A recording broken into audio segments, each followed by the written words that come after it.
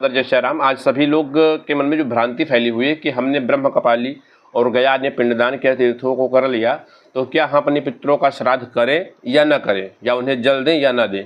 इस पक्ष में पूरी पीठाधीश्वर स्वामी निश्चलानंद सरस्वती जी का एक वक्तव्य हम आप लोगों के समक्ष प्रस्तुत कर रहे हैं, और उसको आप श्रवण करिए, उसके बाद पूरा श्रवण करिए, उसके बाद ही आपको पूरी जानकारी प्राप्त हो। महात्मा ज्ञान की दृष्टि से ब्रह्म कपाल है बद्रीनाथ में, गया में भी श्राद्ध। गया में श्राद्ध करें तो बद्रीनाथ में ब्रह्म कपाल में सब श्राद्ध करें तो फिर भी श्राद्ध नहीं छोड़ना चाहिए। महात्म्य अपनी जगह है, उसका महत्व है ही, लेकिन गया के नाम पर बद्रीनाथ में जो ब्रह्म कपाल है उसके नाम पर माता पिता आदि जो आपके द्वारा पिंडोदक में अधिकृत हैं, और जो उनके नाम पर गया के नाम पर ब्रह्म कपाल के नाम पर श्राद्ध आदि का त्याग नहीं करना चाहिए।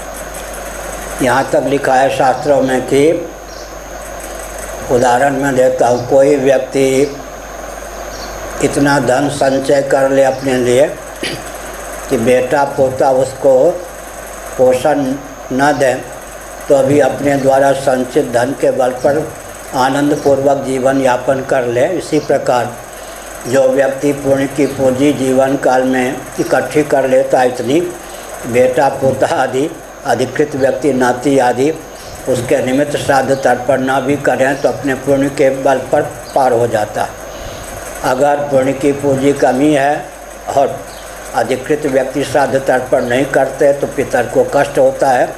तो हमने एक संकेत किया, क्या संकेत किया कि श्राद्ध इत्यादि का बहुत महत्व है, लेकिन ब्रह्म कपाल के नाम पर गया के नाम पर श्राद्ध करके पिंड नहीं छोड़ाना चाहिए। यहाँ तक शास्त्रों में लिखा है, अरबों खरबों प्राणियों में कोई मुक्त होते हैं सचमुच में कैवल्य मोक्ष। कल्पना कीजिए किसी के पूर्वज कैवल्य मोक्ष प्राप्त कर चुके, फिर भी अधिकृत व्यक्ति उनके नाम पिंडोदक क्रिया का संपादन करता है। तो जैसे किसी के नाम आपने एमओ भेजा, वो नहीं है, एमओ आपके पास आ जाएगा। इसी प्रकार से कदाचित किसी के पूर्वज कैवल्य मोक्ष प्राप्त कर चुके, आपके पास तो कोई प्रमाण नहीं है, आप कीजिए, वो फल आपको ही प्रकारांतर से प्राप्त होगा। यहाँ तक लिखा है, मरने के बाद किसी के पूर्वज व्याघ्र बन गए तो व्याघ्र का आहार बन के पिंडोदक उनके पास पहुँचेगा। जिस योनि में देव योनि से लेकर निम्न कोटि के योनि में पूर्वज चले गए, उनके निमित्त जो पिंडोदक क्रिया का संपादन होता है, उस योनि में उनका आहार बन के उनको प्राप्त होता है। यह नियम। तृप्ति, भोजन का अंतिम फल है तृप्ति। एक सच्ची घटना है, हमारे पूर्वाचार्य महाराज व्यक्ति का नाम भी बताते थे, राजस्थान की घटना है। एक पंडित जी थे, तो ब्राह्मण जाति से ब्राह्मण थे, लेकिन नास्तिक ढंग के थे। आधुनिक शिक्षा प्रणाली के कारण उनमें नास्तिकता आ गई थी। वो अपने रिश्तेदारी में किसी गांव में जा रहे थे, पड़ोसी मुसलमान को पता चला कि पंडित जी ब्राह्मण जी रिश्तेदारी में जा रहे हैं। उसने अपने पोते को लाके कहा, ब्राह्मण देवता इसकी ननिहाल उस गांव में है जहां आप जा रहे हैं, आप अपने साथ ले जाइए, आपको खर्च नहीं करना पड़ेगा, ट्रेन से यात्रा होगी, रुपये भी मैं दे रहा हूँ, इसको बैठाइएगा, अपने साथ ले जाइएगा। बच्चा है, हाथ सूखा तो बच्चा भूखा, ये भोजन आदि कुछ मांगे तो जहाँ जहाँ स्टेशन प्लेटफॉर्म पर ट्रेन रुके, जो कहे भुजिया वुजिया खरीद के दे भी दीजिएगा, कुछ दे भी रहा हूँ। इस प्रकार से वो बच्चा यही ट्रेन चली, थोड़े समय बाद कहने लगा कि हमको भूख लगी है, भोजन चाहिए। पंडित जी ने बड़े लाड़ प्यार से उसको पुचकारा, बेटे चुप रहो, थोड़ी देर धैर्य धारण करो, स्टेशन आने पर उतरूँगा, जो तुम चाहोगे खरीद के दे दूँगा। बच्चा सो गया।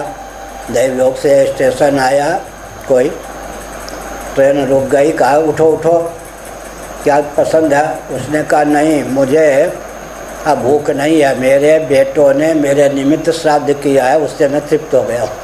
छोटे से बच्चे ने कहा। राजस्थान की घटना है। हमारे पूर्वाचार्य सोनामधन निरंजन देव महाराज उस व्यक्ति का नाम भी बताते थे, और पंडित ब्राह्मण जो नास्तिक थे उनका भी नाम बताते हैं। बड़ा आश्चर्य हुआ, नास्तिक श्रवण ब्राह्मण को यात्रा छोड़ दी। अच्छा, तू इस गांव का था, तेरे बेटों ने तुम्हारे निमित्त श्राद्ध किया है, चल। वो आगे आगे बढ़ता गया।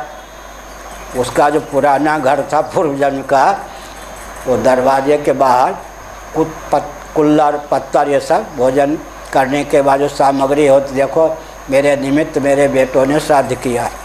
उस घर में पहुँचे, अतिथि समझकर सम्मान किया गया। कहा कि देखो आश्चर्य की बात है, ये जो लड़का है इस प्रकार बोलता है।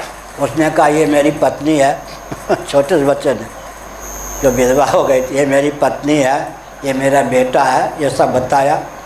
सबको आश्चर्य हुआ। तब एक बेटे ने परीक्षा ली कि सचमुच में मेरे पूर्वजन्म, यानी आप पूर्वजन्म की दृष्टि से मैं आपका बेटा हूँ।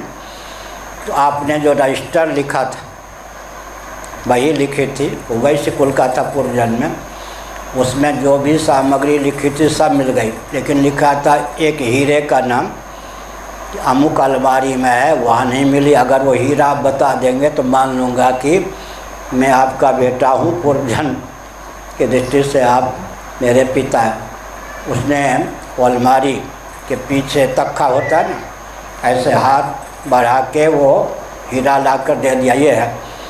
फिर कहा ये भूल कैसे हुई, आपने लिखा अलमारी में। अरे मैं उसको देख रहा था कितनी कीमती सामग्री है, कोई बाहर का व्यक्ति अनजान आ रहा था, कहीं डाका वका न डलवा दे। हमने चुपके से लेकर अलमारी के पीछे रख दिया, तख्ते पर रख दिया। बीमार पड़ा, मर गया, अलमारी में रखने का अवसर नहीं मिला। तो हमने संकेत किया कि उस व्यक्ति ने कहा कि मुझे तृप्ति प्राप्त हो गई है, क्योंकि मेरे निमित्त आज बेटों ने श्राद्ध किया है। भोजन करी तृप्ति तो लागी, भोजन का अंतिम फल है तृप्ति। तो पूर्व जन्म के रिश्तेदार नातेदार अगर श्राद्ध तर्पण आदि करते हैं, जिस योनि में जीव गया है उस योनि का आहार बन के पहुँचता है, या सीधे तृप्ति बन करके वो सामग्री पहुँच जाती है। ये नियम है, मर्यादा है। मत्स्य पुराण में विस्तार पूर्वक इसका वर्णन।